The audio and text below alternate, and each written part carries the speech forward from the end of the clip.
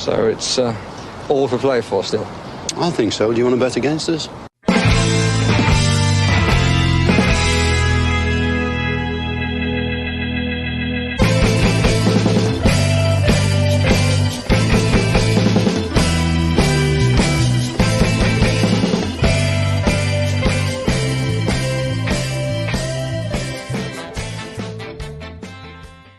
Hello, Aston Villa fans, and welcome to For the Love of Paul McGrath podcast. Paddy's back, and I can't wait to get his view on the Spurs game. But first, we just had a chuckle off air there because it's the first time I've actually put on that Savo jersey that I got. For any of you that are wondering, got it from a lovely lady in Ukraine, who was flogging this on eBay, and I put it on, and I said to Paddy, I went, "Do you know what? The 90s were great because a large was actually a large." And I fucking piles of room in this, which is absolutely fantastic. Makes me feel brilliant about myself. And that's all that really matters because we're in the business of trying our best to make people happy. But Paddy, 3 points, as you may have seen from the thumbnail, I put a 3 points in front of Unai Emery there because we came away from the Spurs Stadium with 3 points at the weekend, and Aston Villa make their way into fourth place in the Premier League for the first time in God knows how long. Actually, I think I do know how long. First time since 2009, if I'm not mistaken. Isn't it wonderful? Isn't it? It's absolutely brilliant, Paddy. Absolutely brilliant. And look, it's I'll let you talk to us about the game or how you're feeling about it because we can unpack a bit more afterwards. Well, look at, I've heard a few people talking about it now, and it's I think the general consensus is we won a game that we should have lost, and that's, I think, the fairest reflection of it. They were the better side in the first half, and it was fairly even in the second half. That's the way I look at it. They had a load of goals. Son had a hat-trick of offside goals. Absolutely nuts. That normally happens to us, or shit like that normally happens to us. The statistics across the board were fairly even. Possession obviously was a little bit more for Spurs. That was mainly the first half. All I can say about the first half is I wish I watched the first half through a neutral's eyes because it was just fascinating to see the absolute, it was just end-to-end stuff. More on their side, I suppose. But, when we got the ball, we did attack, but it broke down quite quickly, I thought, in the first half. But I just thought, from a neutral point of view to watch that game, it must have been an incredible first half. The second half, not as much as they ran out of steam. I felt that it was only going to last so long, and thankfully we were able to stay in the game and get that goal before half time. But it was just, Rachel there is talking about the Spurs Chelsea game. Like you got 90 minutes of it then. For us, we got 45 minutes at the weekend. Although I watched the first half through my fingers in a pub in Cork, but it was just one of those where anything could have happened. Literally anything could have happened, and anything could happen. It was just the most bizarre 45 minutes, I thought, and to go in having had a goal chalked off and scored a goal, I thought was absolutely bonkers. So, the game could have finished 6-3 to Spurs. Very easily could have finished 6-3 to Spurs. And yes, this is the most un-Villa way for the last 13 years in that we've come out with the 3 points. And we make absolutely no apologies for that. That's the way football goes, and the cookie crumbles. Sport, it usually crumbles the other way for us. But here we are, having won a game that we probably should have lost. We've lost games that we probably should have won so many times. So look, let's enjoy it for what it is. It's really strange because I'm going to the game obviously on Thursday night, and I'm absolutely buzzing for it. And I'm buzzing for it even more after the weekend. It just feels like there's something special brewing, and I just hope he doesn't make too many changes on Thursday because I want to see another performance that we can go and enjoy in Europe, because I haven't seen us playing in Europe in a very long time. So I'm looking forward to it. Excellent. Yeah, I think so. And just, I will go off camera here for a moment, but you'll still be able to hear me. And the reason being is my camera's going to fall here, so I need to adjust it. But I will continue to talk. And Paddy, I think I echo an awful lot of what you said there, because realistically, this team is really well coached. And look, we've had good teams before. We've had coaches who've come and tried to do what they wanted to do before. But genuinely, I don't think that any coach has come in and done it to the level of what Unai Emery has done, and like that goes without saying. You know, that sounds, you know, it's hey, listen, this might be one of the most what you call it, one of the most obvious things that you'll hear today. But this team is well coached, and it's coached in the way that Unai wants to coach it, and Unai wants these players to play.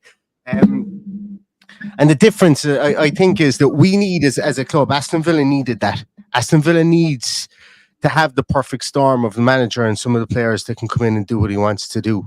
Because we've had decent players before. We've had good players who've come in and played well in other teams. I think my camera should be all right now again.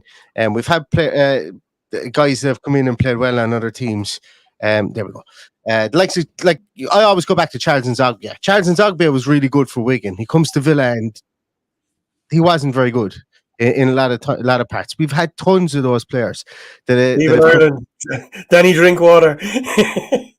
Well, Danny Drinkwater, I think there was other things that play with Danny Drinkwater. But anyway, there's a lot of players that have come to Aston Villa and just decided to down tools and just never got going. Richard, Julian Lescott. Yeah.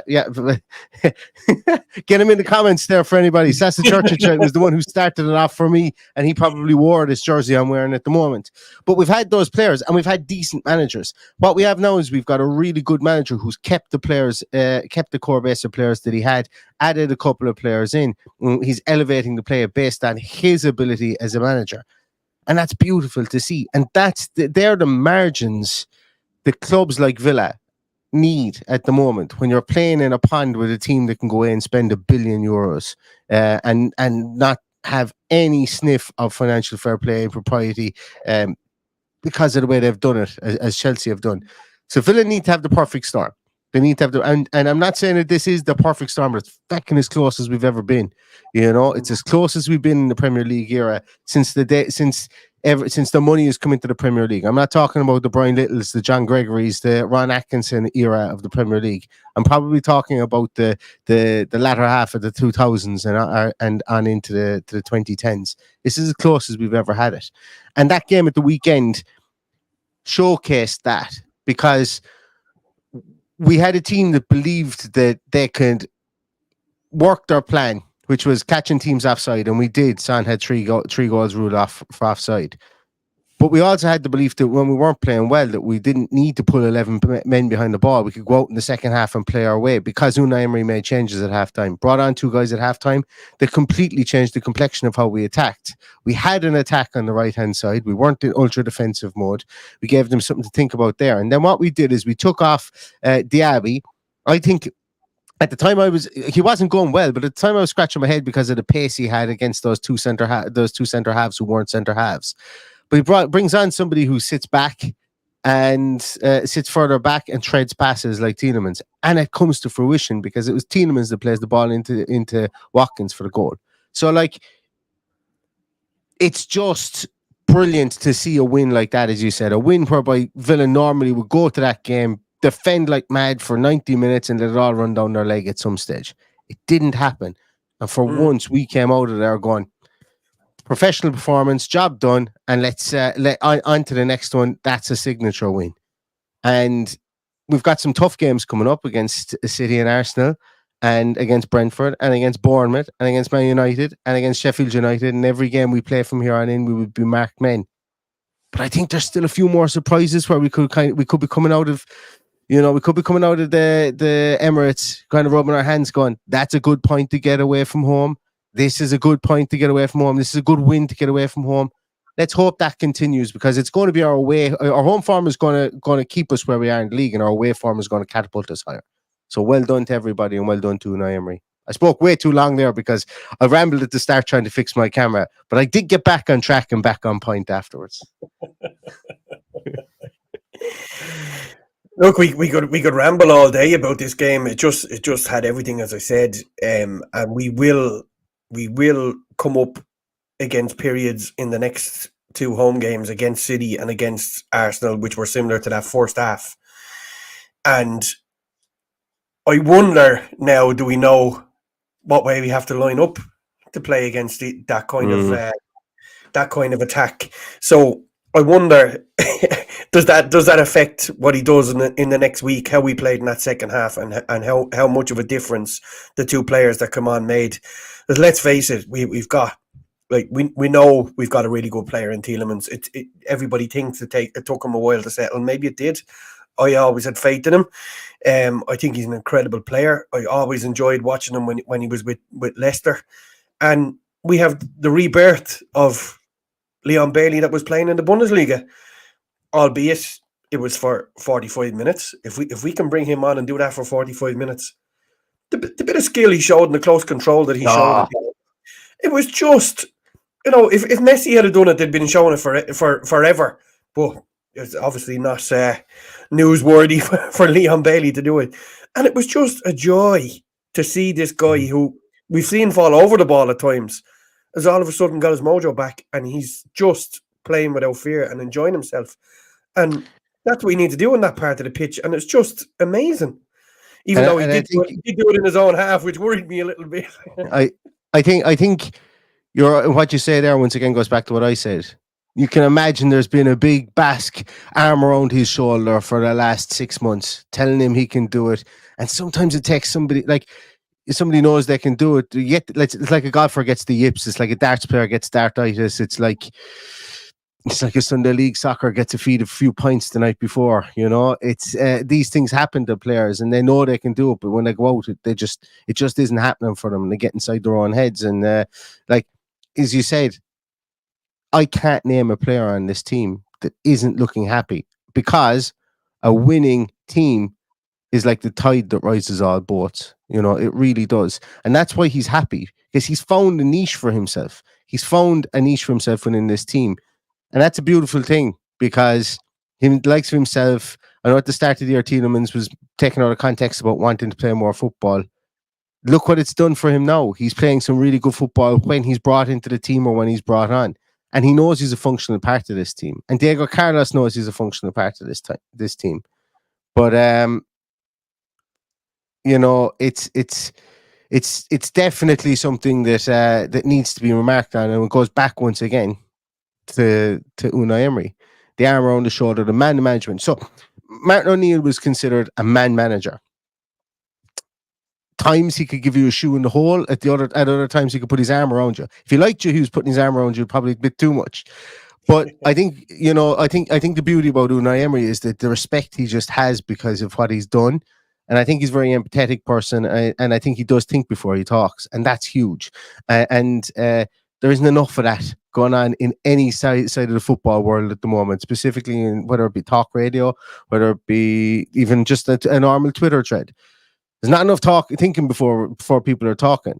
And I think that respect, specifically from the younger players, and remember, there's probably 30 years in the difference between Unai Emery and these players. They still respect him for what he's done, and he's still able to relate to them because of how fresh he's kept himself within the game. So fair play to him and that. And I think the same goes for the man in the other dugout as well at the weekend.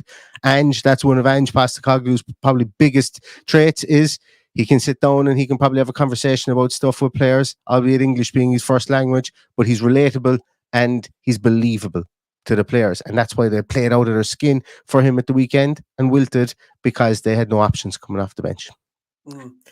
And I was happy for him, because to see he believes in his system, and he kept his system, and he kept it till the bitter end, like he did in that Chelsea game as well. It's his game, and that's the way he plays. Good man, Joe. Good man, Joe. I will ask.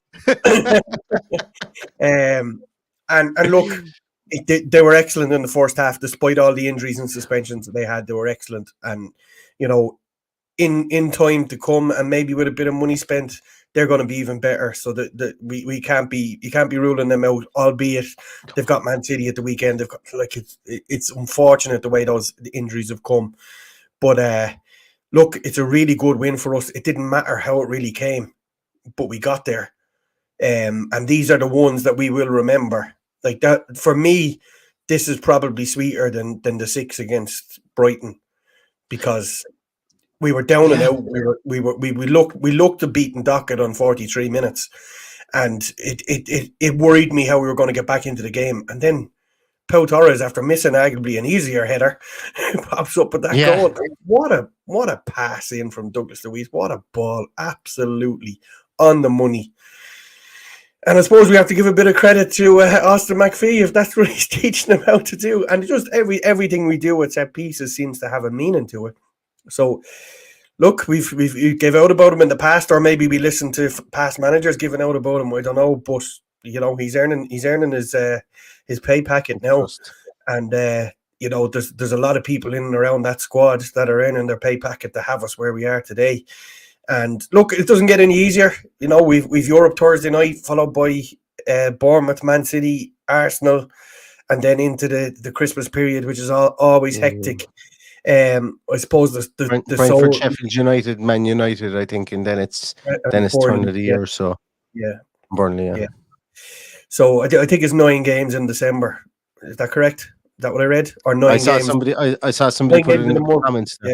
Yeah. So we have ideally what I think we need to do is go and beat Legia Warsaw on Thursday night and ensure that January, February is not playing any Thursday night football. Yep. And just to get a little bit of calm around the place, get the league to be the focus. Obviously, we got the FA Cup in there, but if the league is the focus, and we've got Europe to look forward to in March, I think we'll be in a much happier place. Plus, that big transfer window is going to be really strange. I don't envisage we're going to push the boat out and spend a lot of money. I think we might see more players go out that come in, but we'll have to wait and see what happens there.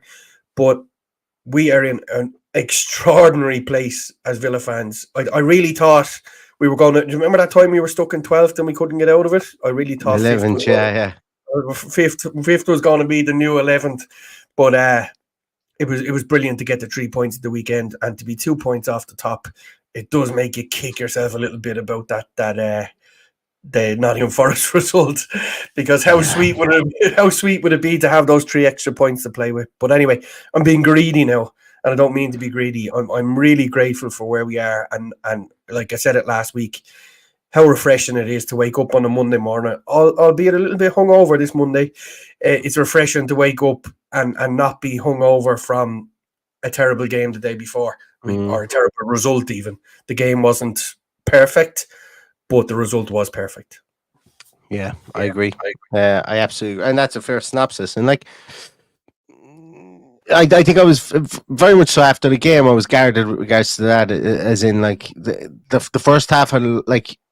We still can't really get. Well, there's one person we're going to talk about probably in 2 different areas in the moment, but like the Matty Cash at right midfield didn't work. It just didn't for a lot of reasons. I've watched it back again, and my initial thoughts were right when I was watching the game. He tried to follow Doggy into the middle of midfield, and he got caught between 2 stools, and Konsa was left wide open. And Brian Hill, God bless him, is a fine player, but he's not the best player that Ezri Konsa has faced this season, nor will he face later on in the season. And Brian Hill just had so much space and time in him, not through Konsa's fault.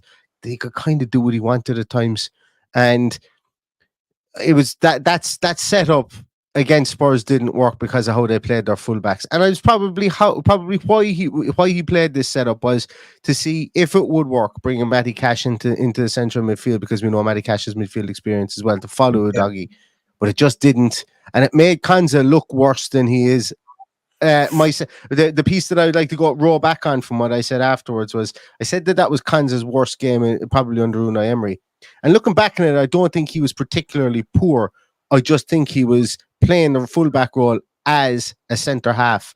And when you give him that leeway that he kind of stepped off his man a small bit more, you can kind of understand why he did it. So my overarching feeling on it is, I'd much prefer to see him back into the centre, in as a centre half. I've no problem with him playing out as right back. But if a team does that again, the adjustment came at halftime, and it came when we were lucky to be 1-1. I wouldn't like to play against a team like that gets a 2-goal lead in us, because we were dicey enough with the 1-goal lead, but like a 2-goal lead, that's like it's a formation that's when it's 0-0, it's fine. But I think to try and change a game in its head, it just doesn't work. And we saw that at the weekend. No, that was Matty Cash for me, Paddy. What did you think of Matty Cash in that instance?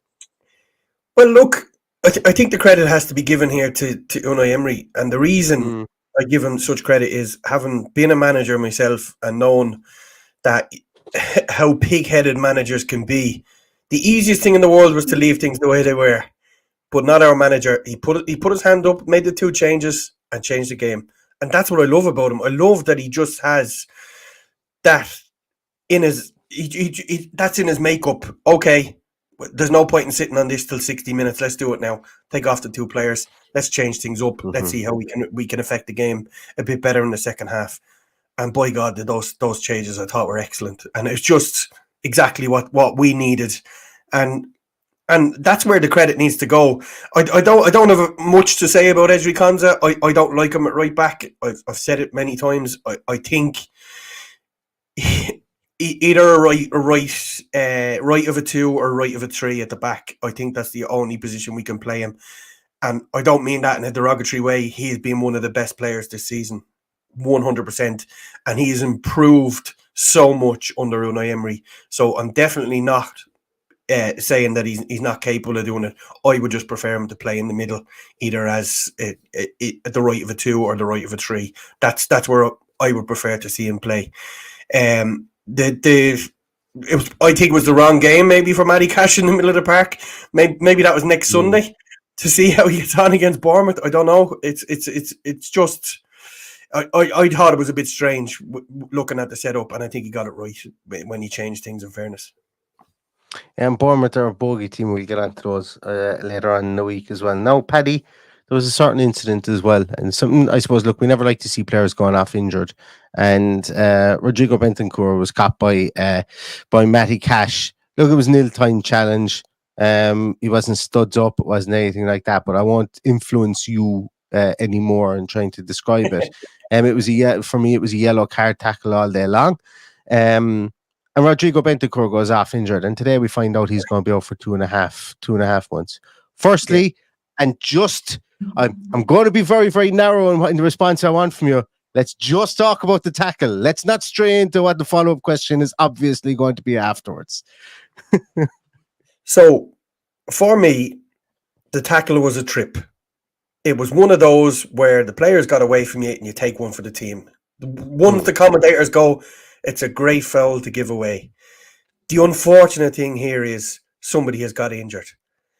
There is no way that tackle was intentional to hurt him. I don't believe that. In a million light years do I believe he set out to hurt him.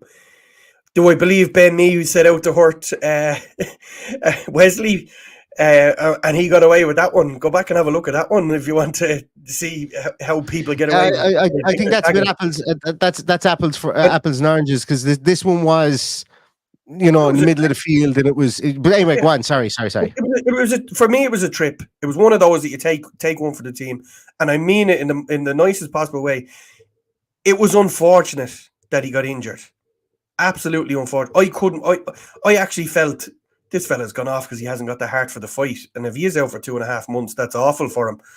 But there was no intention there to hurt him. I don't. The actual contact was up around the shin pad. He hurt his ankle. Maybe his ankle got caught in the turf. That's the only thing I can think of that caused that accident. That caused that injury. But that's just my opinion on it. It was one of those. This kind of tackle happens in every game. It's just sometimes you just plant your foot and let the player fall over it. Sometimes you're clipping a fella's heels and he falls over his own ankles. That's the kind of tackle this was set out to be, because he was caught out, and that unfortunately has led to somebody getting an injury. There was definitely no intention. I don't care what anyone says. Yeah, I either do I. I don't think there was. Look, Bentancur was running the show. I'm not going to sit here. Like, if there's any Spurs fans watching here, get in the comments, all right? Because I'm willing to have a debate with people, a friendly debate. If it devolves any further, I'm going to fuck you out. But simple as that. Because we're having a friendly debate about it here. But I don't think there was any malice in it. I think it was a frustrated. Who was it there that said it was a frustrated? Western said it's a frustrated challenge. He got it wrong. He got the challenge all wrong. He came in from the side. As I say, it was a kick in the leg. It wasn't the studs up and stuff like that. It was a frustrated challenge. It was, as you said, Paddy, it was one of those ones that if the player gets up and isn't injured, it's called, oh, that was a frustrated challenge. He probably still gets a yellow. Well, he does still get a yellow card. You get the yellow. I think the yellow card was a fair one. And it was late. Okay, it was late. I was going to go on with Newton's theory of whatever it is with the equal reaction. Every reaction is an equal and opposite reaction. I can't remember back to my physics days. I don't think the reaction online to the tackle or the reaction in the media warrants what it's getting at the moment. I've 100% empathise with Rodrigo Bentancur. I did it myself. I came back from an ACL injury, and I was running, and I ripped my my hamstring out for another 2 months.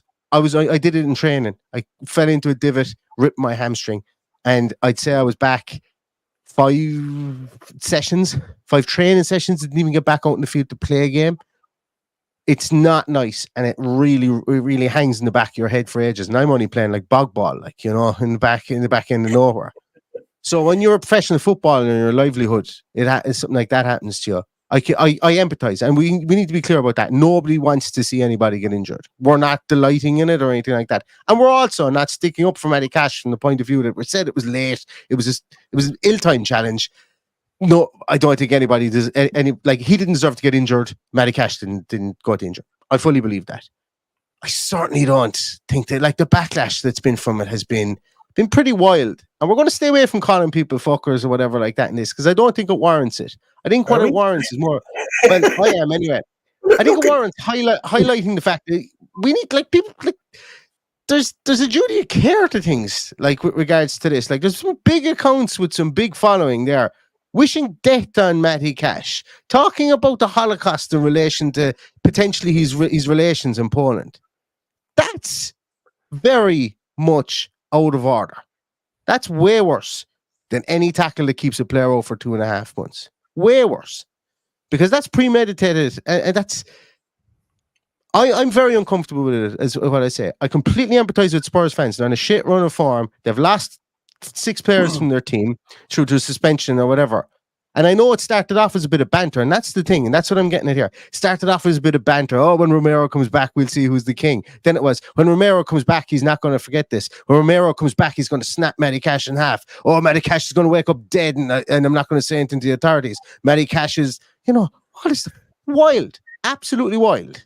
Wild stuff. And I think it needs to be called out because it's real harsh shit. And then when you see TalkSport celebrity presenters and stuff like that echoing this again, we've just come out of something here in Ireland which is absolutely tragic and horrible and disgusting last week. Absolutely horrible, every aspect of it, from the incident that supposedly sparked it to the aftermath.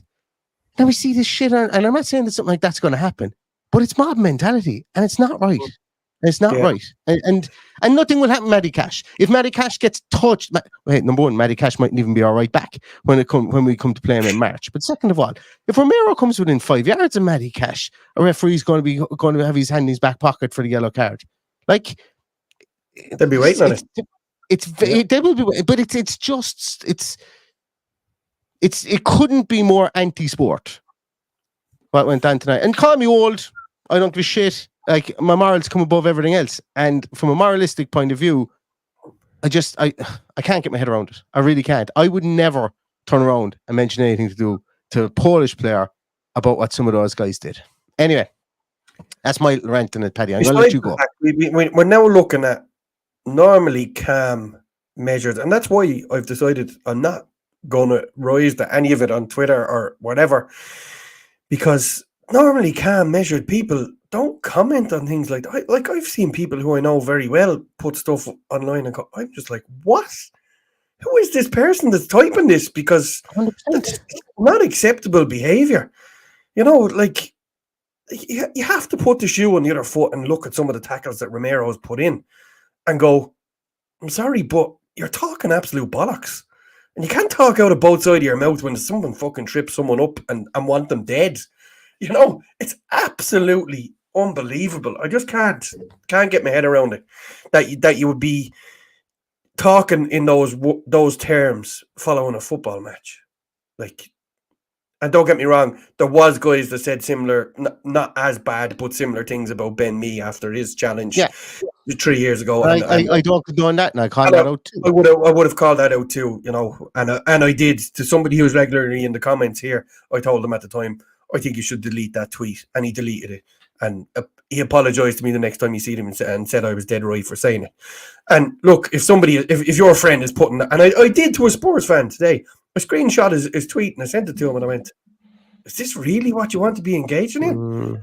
You know, like, this fella works in law enforcement, like, and he's putting this on Twitter, you know. And sure enough, I went back in, the tweet was gone a few minutes later. He never replied to my message, and that's fine. So look, I've just seen a different side of sports fans this week. We always knew that they were a bit on edge, but I never thought I'd see anything like that today. In what I've seen in the last 2 days, it's just mind-boggling. I was probably too drunk on Sunday to notice, but when I got up yesterday and started to see some of the stuff that was coming in, I was like, oh my God. And anyway, it's probably not for us to.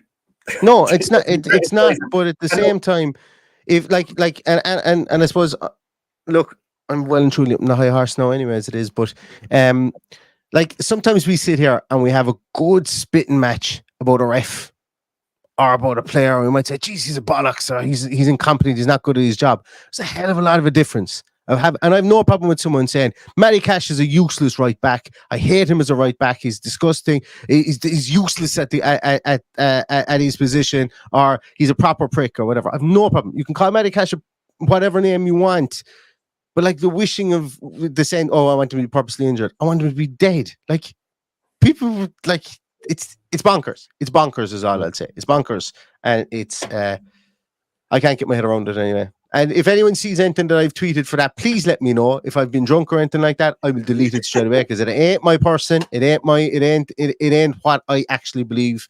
I couldn't care less how bad of a person you are. You should still be allowed breathe God's air and atone for any mistakes that you make. You know, that's just the way it is for me. Until I probably get older and a bit more crankier, then I probably might change my mind. Or until if anyone goes near my kids, you'll see different. that could be a different side of me. True, but anyway, we've gotten we've gotten into the weeds in that one, but I think it was worth talking about. And we're not trying to play anything here other than just kind of saying, listen, you know, if any Villa fans are at it, if any Spurs fans are at it, like, you know, just have a think about it. Like, you know, it's a bit mad. Some of the things, it's a bit wild. What happens on social media? I just don't know what this is all born out of. Like I can see Arsenal fans nearly replicating what Arsenal fan TV does, and it's water off a duck's back to me. But to see Spurs fans doing this, like, I just don't get it. I just don't get where the anger is coming from. It wasn't a nut and tackle. It was a yellow card. It was a trip. It was taking one for the team. It's unfortunate that it was a hard tackle. God knows I've had so many injuries in my own life. I know what it feels like to be in that position, but to react in that way is just off the scale. I just can't get my head around it. Yeah. And look, I fully expect to get comments in here afterwards, and like what I will finish on here as well. And if anybody's still watching it and you are a Spurs fan, I still hope you go out and batter Man City. I really do. I like the football you play. I've got no ill animosity or anything like that towards the football club or whatever. I hope you go out and and the whole league is behind you. Go out and beat Man City at the weekend. Make a league of this. It's the most exciting league.